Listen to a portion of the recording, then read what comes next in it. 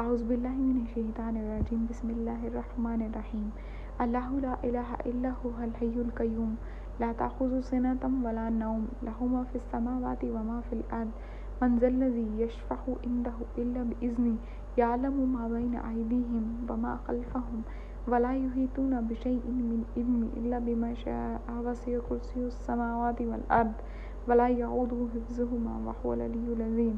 اللہ کے سوا کوئی معبود نہیں، وہ ہمیشہ سے زندہ ہے اور کائنات کی ہر چیز کو قائم رکھنے والا ہے۔